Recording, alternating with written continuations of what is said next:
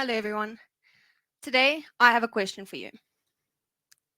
What is something that you struggle to do because maybe you find it boring or uninteresting? Take a second to think about it. It could be something that you have to do, like your taxes, maybe something that you should be doing, like exercise, or maybe something that you wish you could be doing, like learning a new language or even a new skill. Think about something that you've been putting off, and that if you could avoid it, you 100% would. Yukai Chao, one of the earliest pioneers in the industry of gamification, once said, I saw a world where there's no longer a divide between what you have to do and what you want to do. So imagine turning everyday activities like these into engaging experiences that captivate and motivate you, just like your favorite games do.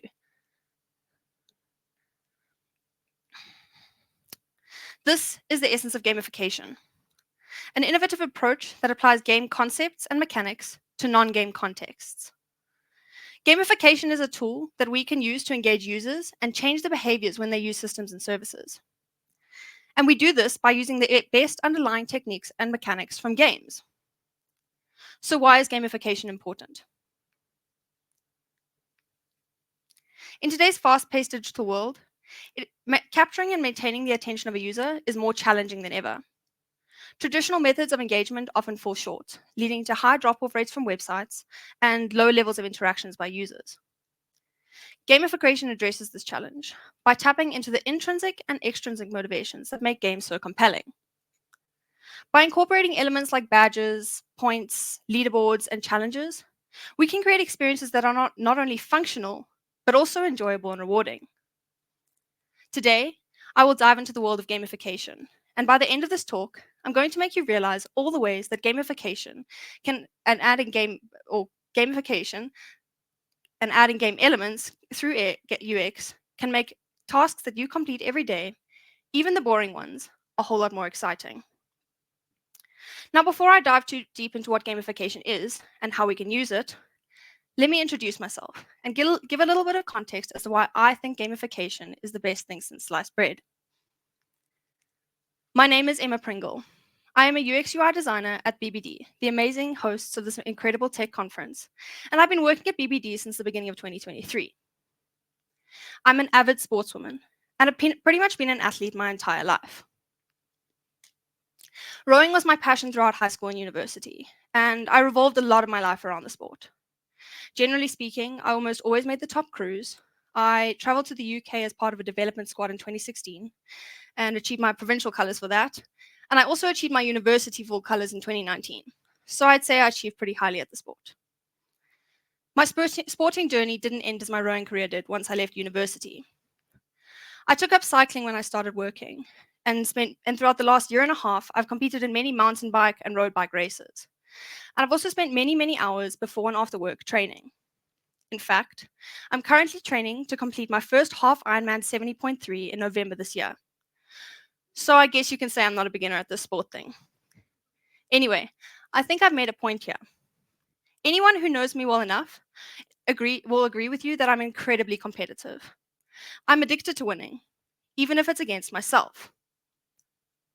In a way, every single time I exercise, I play little games and competitions with myself in my head. And yeah, let me give you a few examples. One of the interval sessions that I often complete on the indoor bike is 6 sets of 4 minutes. As I go through each interval, I aim to beat myself and my previous 4 minutes by getting faster and faster every time.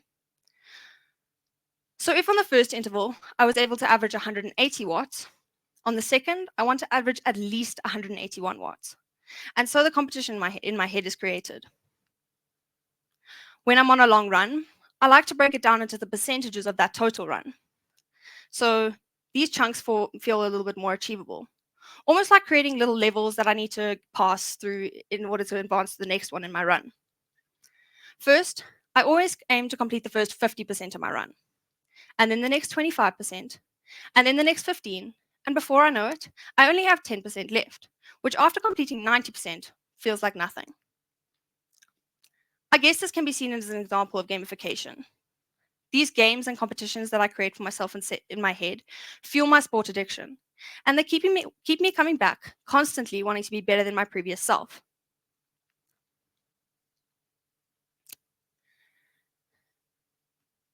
Human beings invest about 3 billion hours a week playing online games. Have you ever wondered why games are so addictive? People often play games to experience positive stress. An emphasis on the words positive stress, because yes, nobody likes the stress that we all think I'm talking about here. The thing I'm referring to here is positive stress. This is also known as eustress. Eustress is a form of positive stress that can motivate and energize individuals. Unlike distress, which is often harmful and overwhelming, eustress is associated with feelings of excitement, accomplishment, and satisfaction. Games can provide a controlled environment where we can face challenges, experience excitement, and engage in problem solving.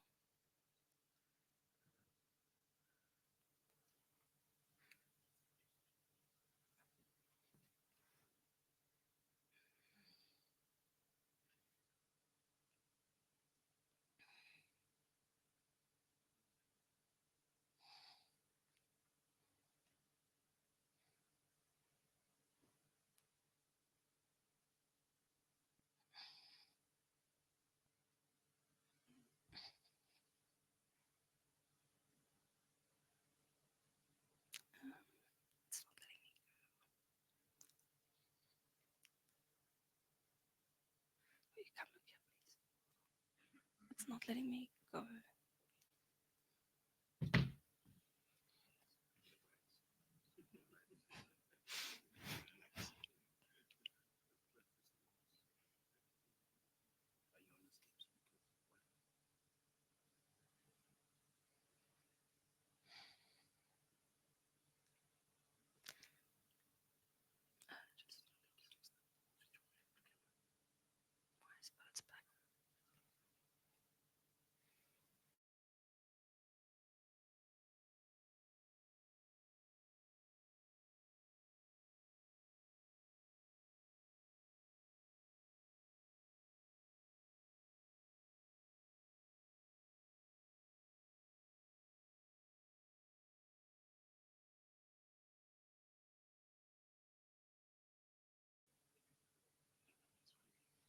Must I start again?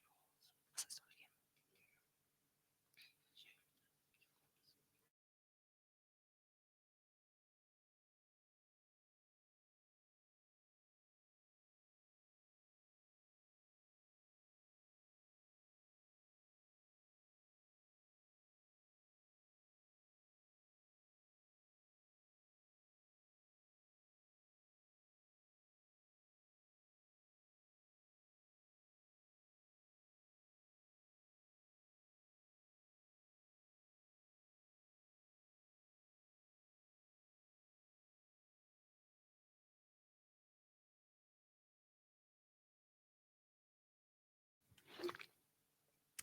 Sorry about that. Of course, this happens to me.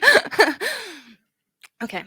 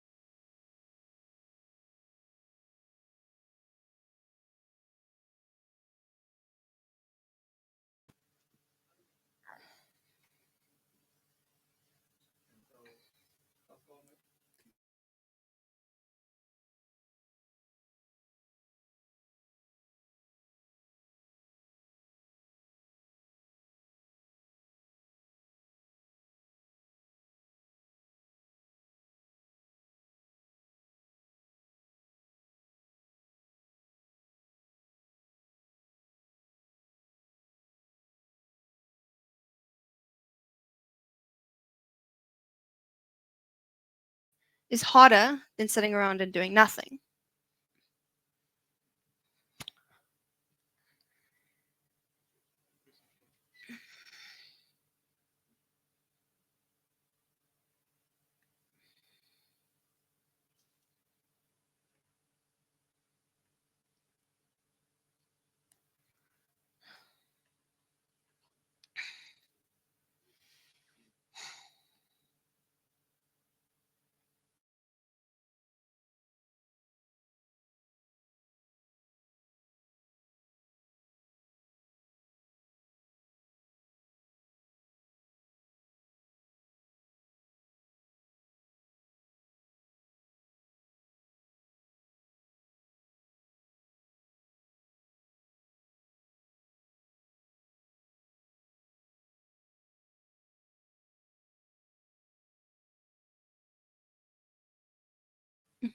Okay. Okay. Okay.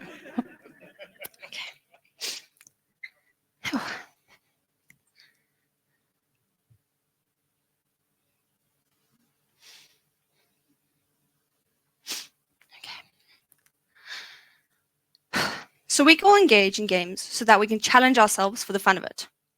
This can be through online gaming, games on your phone, puzzles, chess, or even sport.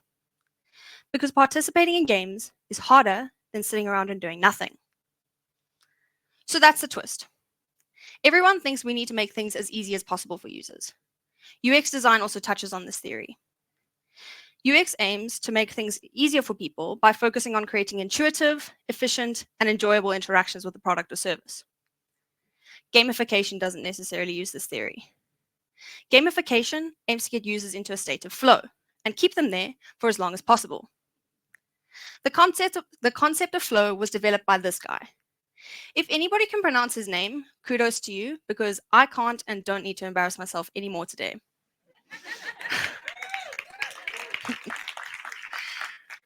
Let me use this graph to explain. The more challenging things get for us, the more anxious we get about tackling those challenges.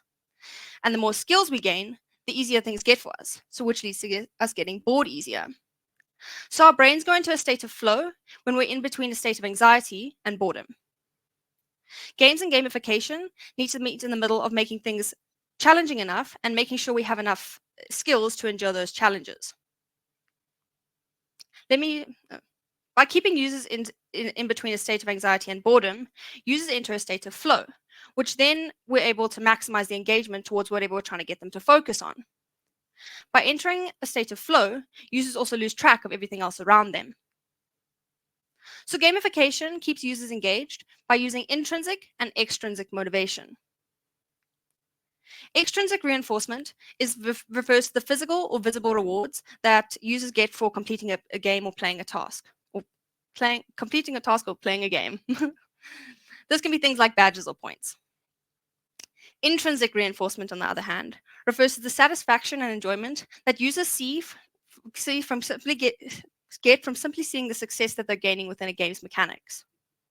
It creates a personal desire within a user to keep mastering, exploring, and overall enjoying whatever they're engaging with. By using these types of reinforcement, it means that when a user is faced with a challenge and they achieve or complete that challenge, their brain releases dopamine. So then they go back to that challenge and get themselves into a cycle of challenge, achievement, pleasure, and then again, challenge, achievement, pleasure. But this cycle can't stay on the same difficulty forever. Otherwise, users begin to go into a state of boredom. Whatever we're designing needs to become increasingly more difficult in order to keep the users in the state of flow. So another concept that gamification uses to keep users engaged is by increasing the ability of a user. So gamification can increase the ability of a user by constantly increasing the challenge that we present the user with. So these two concepts of intrinsic and extrinsic reinforcement, as well as increasing the ability of a user, come back to this idea of getting users into a state of flow. Remember, challenge, achievement, pleasure, and then we increase the user's skill. And then again, challenge, achievement, pleasure, and then we increase the user's skill. So we need to find a particular balance of what is challenging to a user so that they're not going into a state of boredom, but also not making it too challenging so that they lose interest.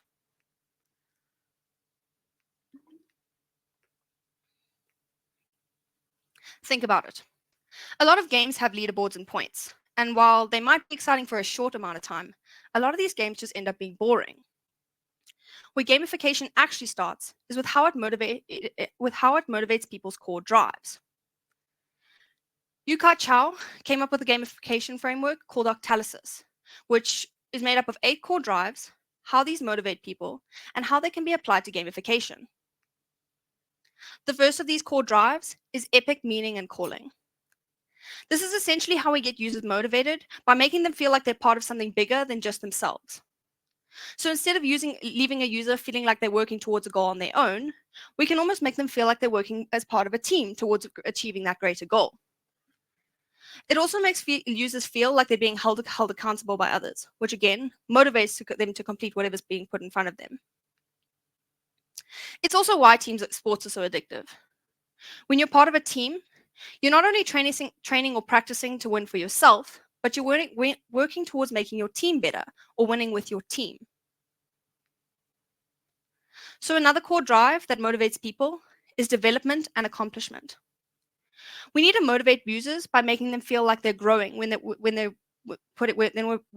are using whatever we're putting in front of them. As they engage with our product, they need to feel like, but also see that they're growing and that they're getting better at something. This will make them feel like they're almost mastering whatever they're doing, and showing them that through levels or points, levels or badges or points, affirms that they're getting better. Adding some sort of a timeline to show how users have grown over a certain period of time, say that be a week, a year, or even a week or a month, this can also motivate them. This can be seen in a lot of games where users play and advance through different levels, which get harder and harder. Players feel like they're getting better at a game when they increase through levels, and therefore they feel like their skills are growing with those level ups. A lot of fitness apps also touch on this theory, as they give you a view of how much exercise you've done over a certain period of time, say that be a week, a day, or even a year. Active users are able to view how much exercise they've done over a certain period of time, and they can see how their fitness has increased. Users are also able to compare themselves and their performance with their previous self and how much exercise that previous self has completed. Our third core drive is empowerment of creativity and feedback. When we give users a sense of freedom to explore and solve a problem in their own way, this gives them a sense of motivation. We can allow them to use their own creativity and, in a way, give them their own building blocks, which they can mold and put together however they please, and then they can adjust, get feedback, and solve a problem which has been laid out in front of them. Lego makes use of a similar concept to this, as users are able to take different shaped building blocks and build their own structures. They receive immediate visual feedback when they view whatever's put in front of them, and then they can adjust, move the blocks around, and get closer to their final build. YouTube also uses this concept in a similar way, as video creators produce and post their own videos, but they receive feedback through likes, comments, and views of other users. Our next core drive is ownership and possession. Give your users some ownership of whatever you're putting in front of them. Let them take responsibility for something, because when you feel like you own something, you generally want to make it bigger and better. This can be compared to how we're motivated to grow our own wealth. When we know that money is ours, we generally want to save it and grow it. Well, that's most of the time at least, until you find something really important to spend it on, like a TV or the new Xbox. My point, though, is that when we have ownership of something, we generally want to take care of it. This can be seen in the popular game Clash of Clans, where players are able to build and upgrade their clan. There's a sense of ownership that is created when we know that a clan is ours and that we need to take ownership over growing the strength of our clan. Our fifth core drive is social influence and relatedness. When users can see how others are behaving around them, it generally influences how they in turn behave. The same goes for when a user feels watched. They will change how they act or behave because at the end of the day, we all care what other people think. So by adding and connecting other users into the mix, we can generally we can generally use this to influence how others in turn think, behave, or act. Think about social media platforms. On Facebook, we engage with friends through likes, comments, and views, and in the same way, Instagram users share photos and share stories. These interactions let us feel socially connected and also influence how we behave. Because when we get more likes or comments on a photo, generally we try to replicate the behavior of that photo. Or if we think about fashion trends. A few years ago, when Crocs started coming back into fashion, I thought they looked ridiculous. But as more and more people have started wearing them, I won't deny that I've come pretty close to purchasing a pair of my own. So influence and relatedness are core drives that influence how we behave. Our sixth core drive is scarcity and impatience. At the end of the day, we all want what we can't have. So this core drive requires a little bit of balance between showing a user the potential reward that they can have, while also giving them a time limit to when they can achieve it. We need to create a sense of urgency in our user to act and challenge them to get this reward, but also not making it too challenging so that it feels unattainable. An example of where this core drive is used is on Airbnb.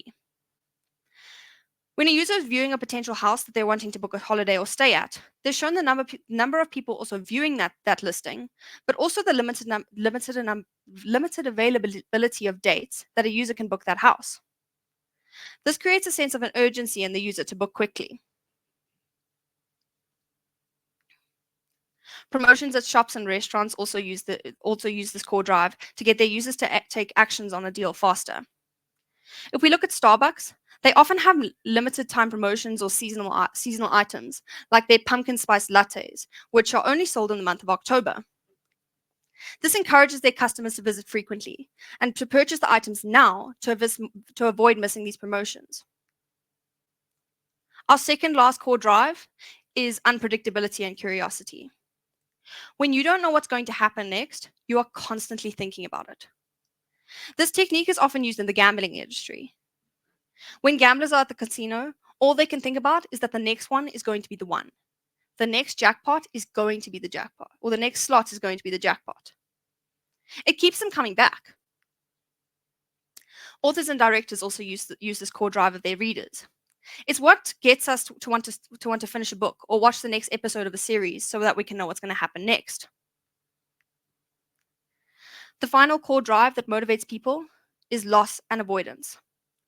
At the end of the day, users don't like losing, even if they're losing something fictional that they don't actually have.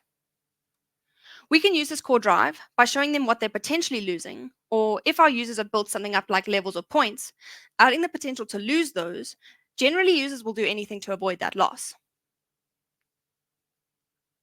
The popular learning language app, Duolingo, makes use of a similar concept called streaks, where learners can get a streak of how many consecutive days they've come back to learn a language. Duolingo released a statistic that at a point in time, they had nearly 2 million learners on their app with a streak of 365 days or more. Take a second to think about that. Nearly 2 million people have visited their app every single day for an entire year to learn a language, just so they don't lose a number on their screen. Isn't that crazy? People obsess over their streaks, and they're one of Duolingo's most powerful tools that keep their users coming back. This just shows how powerful these core drives really are. And if we can understand how to use these core drives of people to our advantage, we can get users to engage with our product easier than ever. Now, before we dive deeper into what gamification is and how we can transform user engagement with it, it's essential to understand the foundation of what we're talking about here. User experience and user interface design, also known as UX/UI design.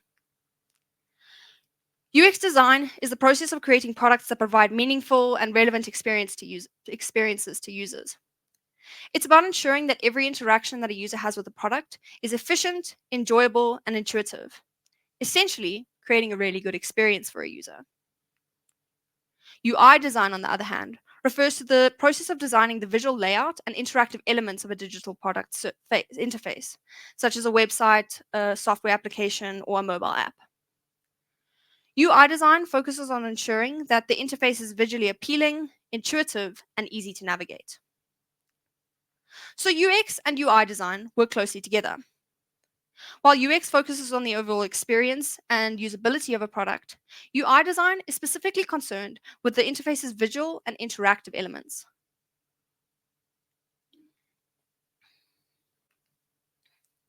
We live in a fast-paced digital world, and because of that, it is harder than ever to capture and retain the attention of a user.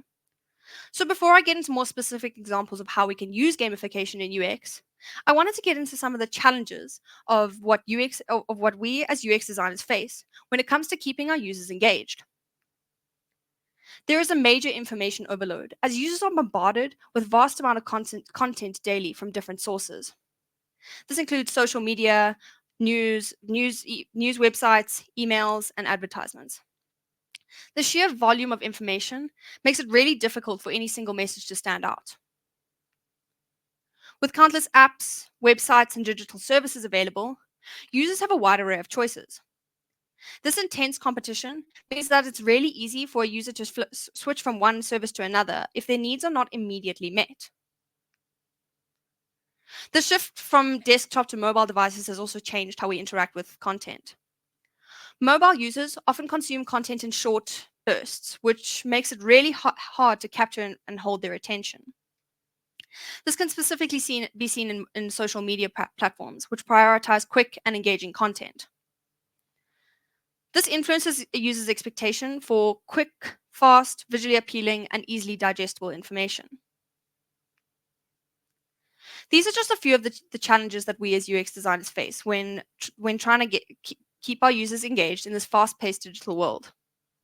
So how can we use gamification in UX design to engage our users and keep them engaged? I'm going to look at 5 techniques of how this can be done and share examples of websites and apps that have successfully used gamification to engage their users. First of all, gamification can enhance a user journey. By integrating game elements into our user journeys, we can make each step of the journey more engaging and rewarding. Let's have a look at an example. When a user views a product for the first time, and they often go through an onboarding process, which introduces them to the app and the function of where all the functionality of that app is, or that product lies. This can be gamified to make learning how to use that product more fun and interactive. Easy Equities makes use of a similar approach to this to help get their users more comfortable with investing through their app. They are a South African online investment platform, which allows users to invest in stocks, ETFs, cryptocurrencies, and bonds. And it aims to make investing accessible to everyone, regardless of your financial background or your level of experience with investing. What's quite nice for beginners is that they have a demo account, where users can practice investing with virtual money before committing any real funds. So since the money in the demo account is virtual, that you can try out different strategies, make mistakes, and learn from them without any negative consequences or financial risk. This is a great way for beginners to learn how to use the platform and get comfortable with investing. Adding elements like this into your product essentially reduces the friction that often occurs when a user is trying to use a new app or platform. The second way that we can use gamification in UX design is by motivating the desired techniques of our users or desired behaviors of our users. Gamification can encourage users to perform desired actions by rewarding them. For example, a fitness app might reward its users for completing daily exercises. Thereby, they're promoting healthy habits. Rewards like points and badges are important UI elements that we can use to incentivize our users to behave how we want them to. Let's have a look at Waze as an example. Waze is a driving navigation app that provides directions and live traffic updates to its users. It gets traffic data directly from its community of users who can report real-time traffic updates like accidents, road closures, or other hazards like police. And that might have those driving conditions might, or those hazards might affect your driving conditions. On the app, users can report these incidents, which then help other users avoid delays. Waze will also pick up how fast traffic is moving in certain areas in comparison to others, and direct their users in the fastest route possible. So Waze's success in navigating their users in the fastest route possible relies on their community around them providing live traffic updates. So they incentivize their users by rewarding them with points, badges, and achievements for driving and reporting traffic. Star ratings, or ratings in general, can also be used in a similar way to this. If we look at Uber ratings, you're almost awarded points for good behavior. Star ratings between 1 and 5 are shared between drivers um, and passengers after every trip. And you can see the ratings of drivers before you get into a car with them. And the same goes for before they accept a trip from you. This encourages you to behave well and encourages drivers to drive well and be friendly. Not to brag or anything, but I personally have a 4.87 star rating on Uber. I'd love to know if any of you can beat that. Just a little bit of friendly competition. Another example of how we can use gamification in UX design is by fostering a sense of achievement in a user. If we look at incorporating UI elements like progress bars, levels, streaks, and unlockable content, we can provide users with a sense of achievement. This allows users to track their performance in something and makes them want to either improve or continue performing. If we look at Duolingo as an example again, you can see your progress in learning a language by progressing through sections and units, earning XP, and maintaining your streak. You earn XP, also known as experience points, by completing lessons, practices, challenges, and other activities within the app. And as you accumulate your XP, you then level up in whatever language that you're learning. As you learn a specific language, your language course is divided into sections, which are then further broken down into units. And you must complete all the units within a section to progress to the next section. Then at the end of certain sections, there are also checkpoints that test your overall knowledge of that language. And passing these checkpoints allows you to progress to the next section. So Duolingo have also included levels and unlockable content, which makes you feel like you're leveling up and growing. We spoke a bit earlier about Duolingo's use of streaks in order to keep their users engaged. Not only do they incentivize you with simply maintaining your streak, but they also reward you for maintaining streaks or extra long streaks with badges and gems, and sometimes even bonus content or features. The app celebrates streak milestones like 7 days, 10 days, 30 days, 100 days, etc., with special notifications like this one on the screen. How they've also maximized the effectiveness of their streaks is by introducing a concept called streak freezes, which you can buy with gems which you can buy with gems. This will protect your streak from missing 1 day. This avoids users who have extremely long streaks, like 365 days, losing their streak over 1 day. Because when you lose a streak that's that long, the thought of trying to make that streak back feels completely unattainable and can completely destroy a user's engagement with an app. These gamified UI elements form part of Duolingo's gamified approach to language learning. And together, these elements like progress bars, unlockable content, and streaks not only enhance the user's experience, but also encourage continued engagement with their app and product. The next technique that we can use gamification in UX design is by creating a competitive environment between our users. Adding elements into your UI, like leaderboards, can introduce a healthy level of competition between your users and motivates them to improve their performance and therefore engage more deeply with the product. Strava is a good example of this. It's a social fitness app that tracks your physical activities such as running, cycling, swimming, hiking, gym workouts, and so many more. It allows users to analyze their performance over a certain period of time and share their activities and connect with other users in the app who have similar fitness interests. Strava is really well known for its segment feature, which allows users to compete on specific stretches of trail or road, which they call segments. The app ranks users on leaderboards for that segment, creating a competitive element. So if I run up a hill, I can see everybody who's run up that hill, how long it took them to run up that hill, and where I rank in comparison to them, even complete strangers. And if you're not good enough for one of those, for some segments, they also award King of the Mountain and Queen of the Mountain rankings, which are awards for the fastest users up those mountains or trails. If you're good enough to get one of those, you also get notifications for when someone has taken your Queen of the Mountain title. Again, adding to the competition. For those of us who aren't necessarily the fastest up the hills, there are also local legends of a segment. To earn the local legend achievement, you must run or ride that segment more than any other user in the past 90 days. So then the consistency competition is started. Strava creates a competitive environment for its users in the fitness community to compete against one another. This engages their users who have a desire to be better than others and win different titles that are offered within the app. Another way that we can use gamification in UX design is by personalizing the experience of our users. We can use gamification in a way that we can accommodate for the customization of experiences and meet the needs and preferences of an individual user. I'm sure many of you are waiting for me to use this example, so here it goes. Discovery Vitality makes use of gamification in many ways. For those of you who don't know, Discovery Vitality is a wellness program that's offered by Discovery Health. One of the key features of their program is exercise goals, which are designed to encourage their members to engage in regular physical activity.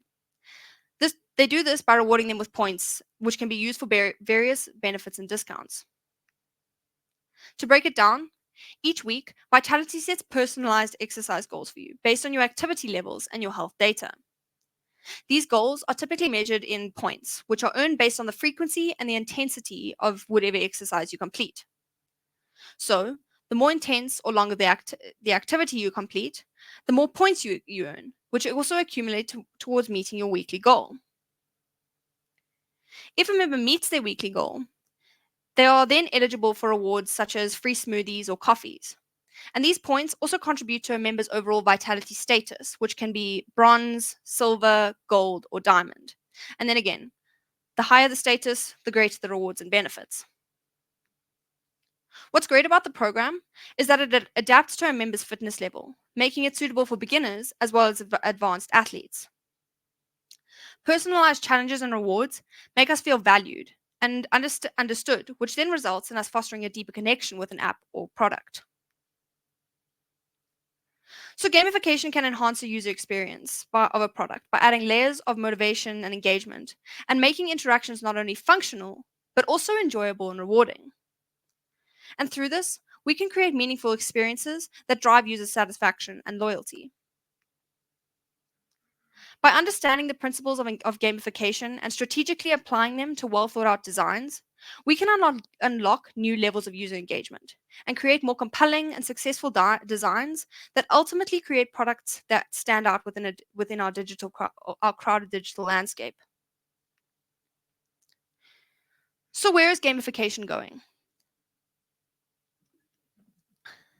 As gamification grows and gets integrated into more products and apps and websites and general elements of our lives, I believe that there's potential for it to become more personalized and tailored to individual preference and behaviors.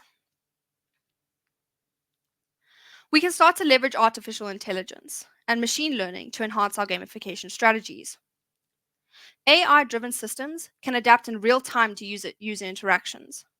This can provide us with dynamic and personalized gamified experiences that are centered around our users. We can use data analytics and machine learning to create personalized challenges, rewards, and feedback that cater to an individual user's interests and activity patterns. This can increase engagement because it essentially aims to make an experience more relevant and relatable to each specific user. As UX designers, we can also start to use advanced data analytics in our user testing to track how effective our gamified designs are. We can do user testing to track how effective our gamified elements and engagement and behavior patterns of our users in order to understand how effective our gamified elements are. Using data analytics can help optimize our user testing process and make it easier for us to understand, and then we can refine and optimize our gamified designs. So the future of gamification and UX promises to be dynamic and transformative. As technology and AI advance, we can start to use these innovative technologies and strategies to create more engaging, personalized, and meaningful user experiences. If designers can stay up to date with these trends, we're given the tools that allow us to create gamified experiences that are not only functional and capture a user's attention, but foster long-term engagement with the product. Now, I've spent a lot of this talk speaking about how gamification can be used in UX design to increase user engagement. But to all the non-UX designers sitting here today, what can you do with this information? The simple answer I can give you is gamify the elements of your life. If you think about it, a lot of what I've said today is that gamification can increase user engagement, which means that there has to be a level of enjoyment that people are getting out of whatever they're engaging with, even if it's not directly from the task. Let's apply this to a scenario. At the beginning of this talk, I asked you a question. What is something that you struggle to do because maybe you find it boring or uninteresting? How can you gamify that task to make it more exciting or enjoyable? Can you reward yourself for completing small portions of the task? Can you bring together a group of people that you can complete that task with? If you create a group of people, can you create a bit of friendly competition around completing this task? These techniques can be applied to small elements or small tasks in your life. And from here, you can start to look at how you can incorporate this into your projects, teams, or even your businesses to engage your users, teams, and employees. So how can gamification add value to your life? Thank you very much.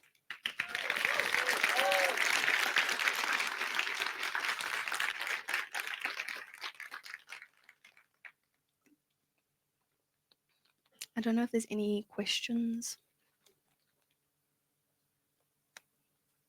Okay, we're short on time, never mind. Thank you so much, everyone.